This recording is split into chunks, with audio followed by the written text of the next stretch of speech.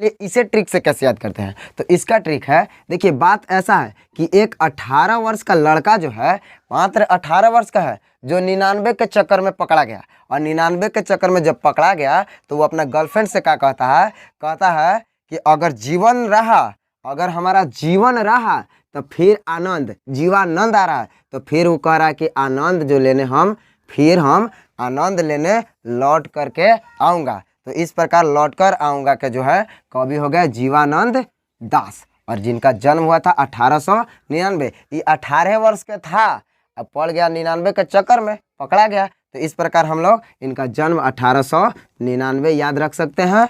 और वो कहता है अपना गर्लफ्रेंड से, जय हिंद मेरे साथियों, स्वागत है आपका अपने यूट्यूब चैनल ट्रिकली संग्रह में। तो दोस्तों आज हम लोग इस वीडियो में बात करेंगे कि किसी भी पाठ का नाम और उसके कवि का नाम और उसका जन्म, काव्य खंड के आज हम लोग बात करेंगे। पाठ के नाम और उसके कवि कौन है वो जानेंगे, और उसका जन्म कब हुआ था वो हम लोग सीखेंगे, वो भी हम लोग ट्रिक से सीखेंगे। तो चलिए हम लोग वीडियो को स्टार्ट करते हैं। आपको यकीन के साथ एक बात बता देना चाहता हूँ, कि अगर ये वीडियो आप लोग एक बार देख लेते हैं तो आपको एकदम पक्का कहते हैं 100% कि आप लोग के सभी पाठ के नाम और उनका जन्म और उनके कवि का नाम याद हो जाएगा। चलिए लेट नहीं करते हैं, वीडियो को स्टार्ट करते हैं। तो चलिए देखते हैं। तो सबसे पहला है राम नाम बिनु बिरथे जग जन्मा। तो इनके कवि हैं गुरु नानक, जिनका जन्म हुआ था 1469 ईस्वी में। राम नाम बिनु बिरथे जग जन्मा का अर्थ होता है राम नाम के बिना इस संसार में जन्म लेना ही व्यर्थ है। चलिए देखते हैं। इनका कवि है गुरु नानक। तो गुरु नानक जी हैं जिनका जन्म हुआ था 1469 ईस्वी में। इसे याद कैसे रखेंगे, तो इसे याद करने के लिए देखिए एक ट्रिक है। ट्रिक ये है कि राम नाम के बिना इस संसार में जन्म लेना ही व्यर्थ है। तो ये हमें कौन बता सकता है? 69 साल के जो बुजुर्ग होंगे, जो बुजुर्ग गुरु होंगे, वही हमें शिक्षा दे सकते हैं। तो इस प्रकार हम लोग याद रख सकते हैं कि राम नाम बिनु बिरथे जग जन्मा का कवि हो जाएंगे गुरु नानक, और उनका जन्म होगा 69 में, वो भी 1469 में। ठीक है, अब हम लोग अगला देखते हैं। अगला जो है प्रेम आयनी श्री राधिका, जिनके कवि हैं रसखान, और इनका जन्म हुआ था 1528 ईस्वी में। तो इसे हम लोग कैसे याद करेंगे, तो इसे याद करने के लिए ट्रिक है कि राधिका जी को मात्र 15 वर्ष की उम्र में ही, राधिका जी को मात्र 15 वर्ष की उम्र में ही जो राधिका है रस के खान में डूब गए थे। इस प्रकार हम लोग याद रख सकते हैं कि रसखान इनका कवि है, मतलब प्रेम आयनी श्री राधिका के कवि जो हैं रसखान है, क्योंकि रस के खान में राधिका डूब गए थे। और कब डूबे थे, तो मात्र 15 वर्ष के आयु में।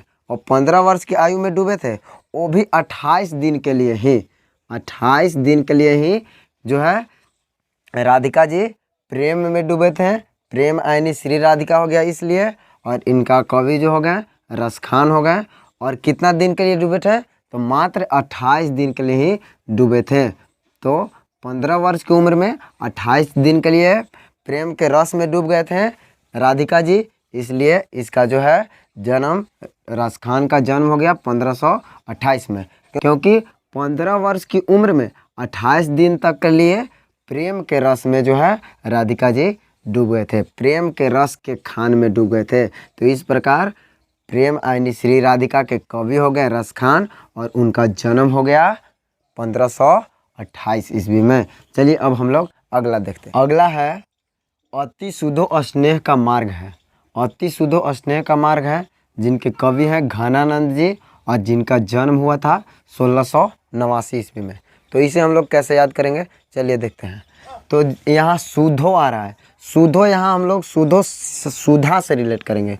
यहाँ पे सुधो आ रहा है तो सुधो को सुधा से रिलेट करेंगे। मतलब सुधा नाम के एक जो लड़की है जिसको अति स्नेह हो गया है, तो अति स्नेह हो गया है, तो अति स्नेह होने के कारण उसको घना आनंद आने लगा। मतलब घना मतलब होता है बहुत ज़्यादा, मतलब घना आनंद आने लगा।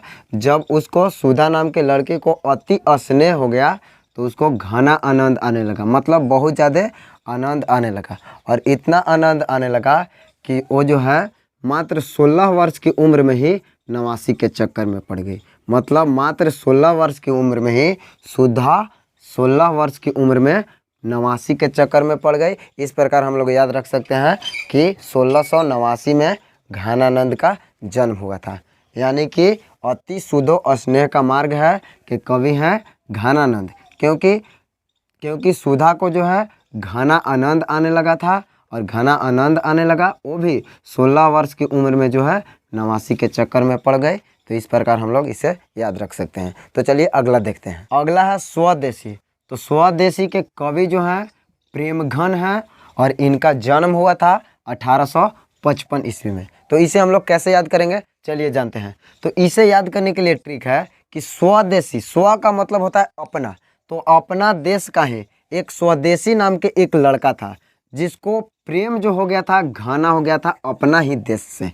स्वदेशी नाम के एक लड़का था जिसको अपना देश से ही प्रेम घना हो गया था। तो हम लोग इस प्रकार इसे याद रख सकते हैं कि स्वदेशी के जो कवि हो जाएंगे प्रेम घन हो जाएंगे। अब इसके चलिए जानते हैं जन्म के बारे में। तो इसके जन्म के बारे में देखेंगे तो इनका जन्म हुआ था 1855 ईस्वी में। तो इसे कैसे याद रखेंगे, तो स्वदेशी जो था, स्वदेशी को अपना देश से प्रेम इतना घना हो गया था कि मात्र 18 वर्ष की उम्र में ही 55 चाइनीज जीएफ को त्याग दिया था।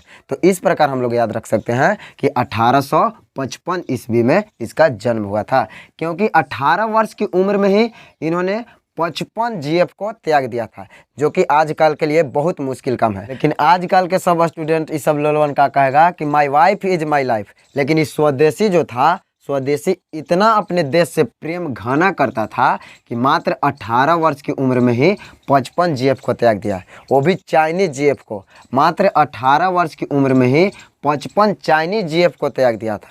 तो इस प्रकार हम लोग याद रख सकते हैं कि स्वदेशी को जो है कवि हो जाएंगे प्रेमघन, क्योंकि स्वदेशी जो था अपने देश से बहुत ज़्यादा प्रेम करता था, प्रेम घना करता था, और वो भी जो है 18 वर्ष की उम्र में ही 55 चाइनीज जीएफ को त्याग दिया था। तो इस प्रकार जन्म हो जाएगा 1855। तो चलिए अगला देखते हैं। तो अगला है भारत माता। भारत माता जो है जिनके कवि हैं सुमित्रा नंदन पंत, जिनका जन्म हुआ था 1900 ईस्वी में। तो चलिए इसे हम लोग कैसे ट्रिक से याद करते हैं। तो देखिए, भारत के ही एक खिलाड़ी हैं, बल्लेबाज हैं पंत, जो कि पंत जो है ई लोलवा इतना गधा है कि ई जो है 19 बार जो है ना, 19 बार ये पंत जो है, ऋषभ पंत इसका पूरा नाम है, जो 19 बार जो है ना 0-0 पर आउट हुआ है। 19 बार ये भारत का ही सपूत है पंत, भारत माता का ही सपूत है पंत, जो कि पंत जो है ई लोलवा 19 बार, ये जो इतना गधा है कि 19 बार मात्र 0-0 पर आउट हुआ है। तो इस प्रकार हम लोग याद रख सकते हैं कि भारत माता के जो है कवि हो गए सुमित्रा नंदन पंत, और इनका जन्म हो गया 1900 ईस्वी में, क्योंकि इन्होंने 19 बार 0 पर आउट हुआ था, 19 बार 0-0 पर आउट हुआ था, और इसी के वजह से T20 जो है वर्ल्ड कप हमारा 2022 हार गया।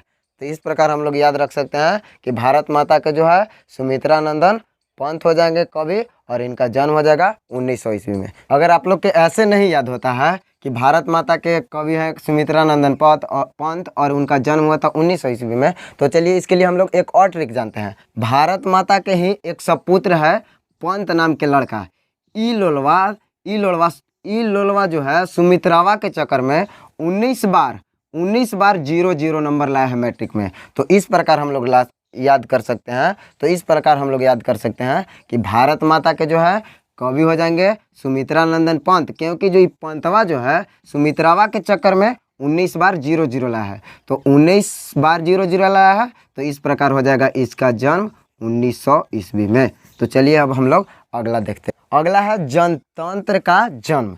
तो जनतंत्र के जन्म के कवि हो गए यहाँ पे रामधारी सिंह दिनकर, और इनका जन्म हुआ था 1908 ईस्वी में। तो चलिए हम लोग जानते हैं कि इसे ट्रिक से कैसे याद करें। तो इसका भी एकदम सिंपल ट्रिक है। सिंपल ट्रिक ये है कि जनतंत्र, यहाँ जो है ना, आप लोग सॉन्ग नहीं सुने हैं वो गनवा जो कहता है कि जनी जा नौकरिया धरे हो राम आ रहा है यहाँ पे, तो इसलिए यहाँ पे राम आ रहा है, और तो इसलिए जनतंत्र के जन्म के जो है कवि हो जाएंगे रामधारी सिंह दिनकर। यहाँ पे एक बात ऐसा है कि एक औरत जो है उसको जनतंत्र से उसको बहुत ज़्यादा डर लगता है, तंत्र मंत्र से उसको बहुत ज़्यादा डर लगता है। इसलिए वह अपने पति को दिन में नौकरी करने जाने से मना करती है। दिन में नौकरी करने जाने से मना करती है। क्यों करती है? बात सही है, क्यों नौकरी जाने से मना करेगी? तो इसलिए करती है क्योंकि उसका शादी किए हुए मात्र 8 ही दिन होवे किया था, मात्र 1 सप्ताह से ज़्यादा 1 दिन हुआ था। तो इसलिए जो है वह अपने पति को, रामधारी सिंह दिनकर को, नौकरी जाने से मना करती है। तो इस प्रकार हम लोग याद रख सकते हैं कि जनतंत्र का जन्म के कवि हो गए रामधारी सिंह दिनकर, और इनका जन्म होगा 1908 ईस्वी में। क्योंकि जनतंत्र, एक औरत को तंत्र मंत्र से बहुत डर लगता है, इसलिए अपने पति को, रामधारी सिंह दिनकर को दिन में नौकरी करने जाने से मना करती है, और सॉन्ग के माध्यम से मना करती है। कहती है कि जनी जा नौकरिया धरे हो राम, यहाँ पे राम आ रहा है, और दिन में नौकरी जाने से मना करती है। तो इस प्रकार हम लोग याद कर सकते हैं कि तंत्र से उसको डर लगता है, तो जनतंत्र का जन्म हो गया, कवि हो गया रामधारी सिंह दिनकर। और उसको क्यों मना करती है? क्योंकि उसको मात्र 8 ही दिन होबे किया था, उसको शादी करने के लिए, मात्र शादी के लिए उसको 8 ही दिन हुआ था। तो इसलिए वह रोकती है कि नौकरी करने नहीं जाओ, और सॉन्ग के माध्यम से रोकती है कि जनी जा नौकरिया धरे हो राम। तो चलिए हम लोग अगला देखते हैं। अगला है हिरोशिमा। तो हिरोशिमा के जो है कवि हो गए अज्ञेय जी। इनका पूरा नाम है सचिदानंद हीरानंद वात्स्ययन अज्ञेय, जिनका जन्म हुआ था 1911 ईस्वी में। इसमें पूरा नाम से मतलब नहीं है, हम लोग अज्ञेय ही केवल याद रख सकते हैं। तो चलिए इसे हम लोग ट्रिक से कैसे याद करते हैं, चलिए जानते हैं। तो इसे जो है ना, बात ऐसा है कि एक सीमा नाम के लड़की है जो बॉर्डर पर, सीमा पर जाने के लिए जो है ना, सीमा पर जाने के लिए बहुत अपनी माँ से जिद करती है। तो उसके माँ खिसिया कर और उसे डांटती है, कहती है अगे सिमवा जेबे तू बॉर्डर पर। और इस प्रकार हम लोग इसे याद रख सकते हैं कि हिरोशिमा के जो कवि हो गए अज्ञेय जी, क्योंकि उसकी माँ डांटती है कि अगे सिमवा जेबे तू बॉर्डर पर। और क्यों डांटती है, इसका भी रीजन है, क्योंकि उसका उम्र मात्र 11 साल होवे किया है। तो 11 साल में कोई बॉर्डर पर, सीमा पर जाएगा? तो इस प्रकार हम लोग याद रख सकते हैं कि हिरोशिमा के जो हैं कवि हो गए अज्ञेय, क्योंकि माता उसको डांटती है अगे सिमवा जेबे तू बॉर्डर पर। और उनका जन्म हो गया 1911 ईस्वी में, क्योंकि 11 साल ही होवे किया था। तो 11 साल में कोई सीमा पर जाएगा बिना 18 साल के? तो इसलिए इसको हम लोग याद रख सकते हैं कि हिरोशिमा के कवि हो गए अज्ञेय, और इनका जन्म हो गया 1911 ईस्वी में। इसका बात ऐसा है कि एक सीमा नाम की लड़की है जो बॉर्डर पर जाने के लिए बहुत जिद करती है, अपने माँ से आज्ञा मांगती है, लेकिन उसकी माँ जो है ना डांटती है कि अगे सिमवा जेबे तू बॉर्डर पर, अभी तो 11 साल उम्र हुई था और तू बॉर्डर पर जेबे। उसको खूब डांटती है कि बनबे तू हीरो, हैं अभी 11 साल होते हो और तू हीरो बनी थे, आज्ञा देवे नहीं करते उसकी माँ। तो इस प्रकार हम लोग याद रख सकते हैं कि हिरोशिमा के जो है ना कवि हो गए अज्ञेय जी, और इनका जन्म हो गया 1911। तो अगला देखते हैं। अगला है एक वृक्ष की हत्या। तो एक वृक्ष की हत्या के जो हैं कवि हो गए कुंवर नारायण सिंह, और इनका जन्म हुआ था 1927 ईस्वी में। तो चलिए इसे ट्रिक से कैसे याद करते हैं, तो चलिए जानते हैं। एक बार क्या हुआ कि एक बार जो हुआ, कुंवारे में जो है ना नारायण ने एक वृक्ष की हत्या कर दिया। कुंवार में ही मतलब जब शादी नहीं हुआ था तबे नारायण ने क्या कर दिया, एक वृक्ष की हत्या कर दिया, जो कि यह हिंदू धर्म के लिए एक बहुत बड़ा पाप है। तो इसलिए नारायण ने फिर क्या किया, इस पाप को मिटाने के लिए 27 करवाया। तो 27 से हम लोग 27 याद रख सकते हैं। तो इस प्रकार नारायण ने 27 करवाया। तो इसको हम लोग याद रख सकते हैं कि एक वृक्ष की हत्या के कवि हो गए कुंवर नारायण, क्योंकि इन्होंने कुंवारे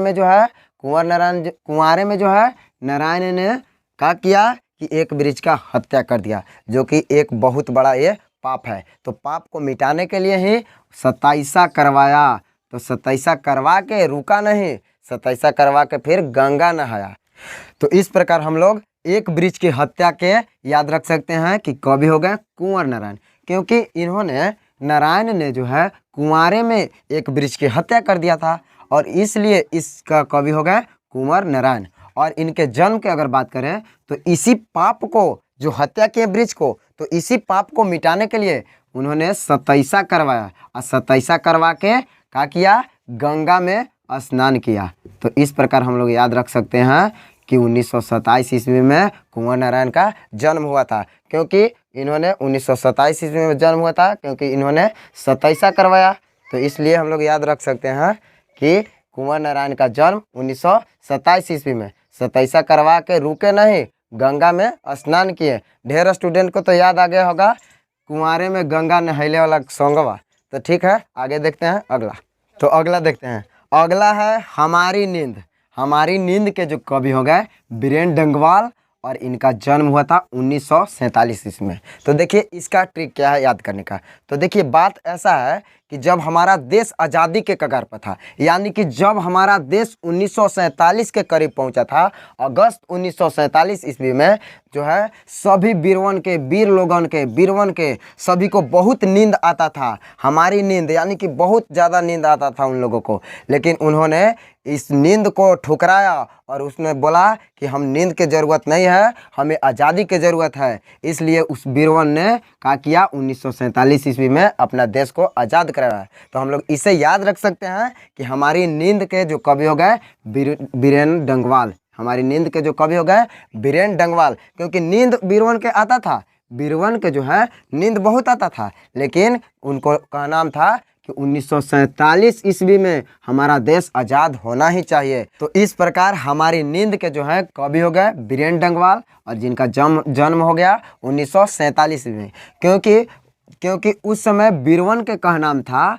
कि हमारी नींद कितना भी आ रही है, लेकिन हम अपना देश को 1947 ईस्वी में आज़ाद करके ही रहेंगे। इस सब बीरवन के कहनाम था। तो अपना नींद को त्याग कर 1947 ईस्वी में अपना देश को आज़ाद करवा कर ही रहा। तो इस प्रकार हम लोग याद रख सकते हैं कि हमारी नींद यानी कि नींद आ रहा था, फिर भी उस बीरवन ने क्या किया, बीरेन डंगवाल ने क्या किया कि 1947 ईस्वी में अपना देश को आज़ाद कराया ही। तो इस प्रकार हमारी नींद के जो कवि हो गए बीरेन डंगवाल, और इनका जन्म हो गया 1947। तो चलिए अगला देखते हैं। अगला है अक्षर ज्ञान।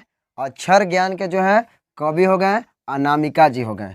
अक्षर ज्ञान के कवि हो गए अनामिका, और इनका जन्म हुआ था 1961 ईस्वी में। तो इसे हम लोग कैसे याद करेंगे, तो इसका ट्रिक देखिए कुछ है। बात ऐसा है कि हम लोग के घर में मम्मी जो है खिसियाती है तो कहती है कि 61 गो अक्षर के ज्ञान तू सीख ले, ना सीखबे तो एको अन्न ना देबो, मतलब खाएला ना मिलतो। तो इस प्रकार हम लोग याद रख सकते हैं कि अक्षर ज्ञान के जो है कवि हो गए अनामिका, क्योंकि हम लोग के माँ गुस्सा करती है कि अन्न न मिलतो, 61 गो अगर अक्षर के ज्ञान न सीखबे तो खाली भर छिपा खेबे, खाली 61 बार खेबे, हम लोग के मम्मी बोलती है। तो इस प्रकार हम लोग याद रख सकते हैं अक्षर ज्ञान के जो हो गए कवि हो गए अनामिका जी, और इनका जन्म हो गया 1961 ईस्वी में। तो चलिए अगला और लास्ट देखते हैं। अगला और लास्ट है लौटकर आऊँगा फिर। तो लौटकर आऊँगा फिर के जो है कवि हैं जीवानंद दास, जिनका जन्म हुआ था 1899 ईस्वी में। तो चलिए इसे ट्रिक से कैसे याद करते हैं। तो इसका ट्रिक है, देखिए बात ऐसा है कि एक 18 वर्ष का लड़का जो है, मात्र 18 वर्ष का है, जो 99 के चक्कर में पकड़ा गया, और 99 के चक्कर में जब पकड़ा गया तो वो अपना गर्लफ्रेंड से क्या कहता है कि अगर जीवन रहा, अगर हमारा जीवन रहा तो फिर आनंद, जीवानंद आ रहा है, तो फिर वो कह रहा है कि आनंद जो लेने हम आनंद लेने लौट करके आऊँगा। तो इस प्रकार लौट कर आऊँगा के जो है कवि हो गए जीवानंद दास, और जिनका जन्म हुआ था 1899। ये 18 वर्ष का था, अब पड़ गया 99 के चक्कर में पकड़ा गया। तो इस प्रकार हम लोग इनका जन्म 1899 याद रख सकते हैं। और वो कहता है अपना गर्लफ्रेंड से कि अगर जीवन रहा, जीवन अगर हमारा रहा तो आनंद लेने, कौन चीज लेने, जीवानंद यानी आनंद लेने फिर हम लौट करके आऊँगा। यानी इस प्रकार लौट कर आऊँगा फिर के जो कवि हो गया जीवानंद दास, जिनका जन्म हुआ था 1899 ईस्वी में। तो देखिए अब खत्म हो गया काव्य खंड का पूरा जितना भी चैप्टर है, 11 गो चैप्टर है, 11 हम समाप्त कर दिए हैं।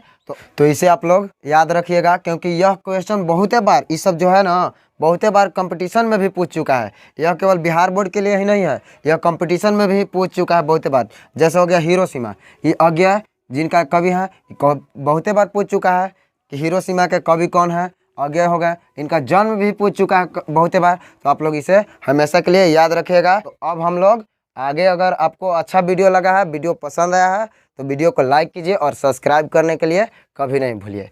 ठीक है, अगर हम मिलते हैं नेक्स्ट क्लास में, तब तक के लिए जय हिंद। और एक बात और आपसे कह देना चाहते हैं कि आप लोग इस वीडियो को एक बार नहीं 2 बार देखिए, क्योंकि एक बार में बेहतर ढंग से नहीं समझ में आता है। और हम आपको यकीन के साथ कहते हैं कि एक बार में अगर नहीं समझ में आए तो 2 बार में पूरा एकदम 11 का जन्म और इनका कवि के नाम एकदम पक्का याद हो जाएगा। तो ठीक है, मिलते हैं नेक्स्ट क्लास में, तब तक के लिए जय हिंद।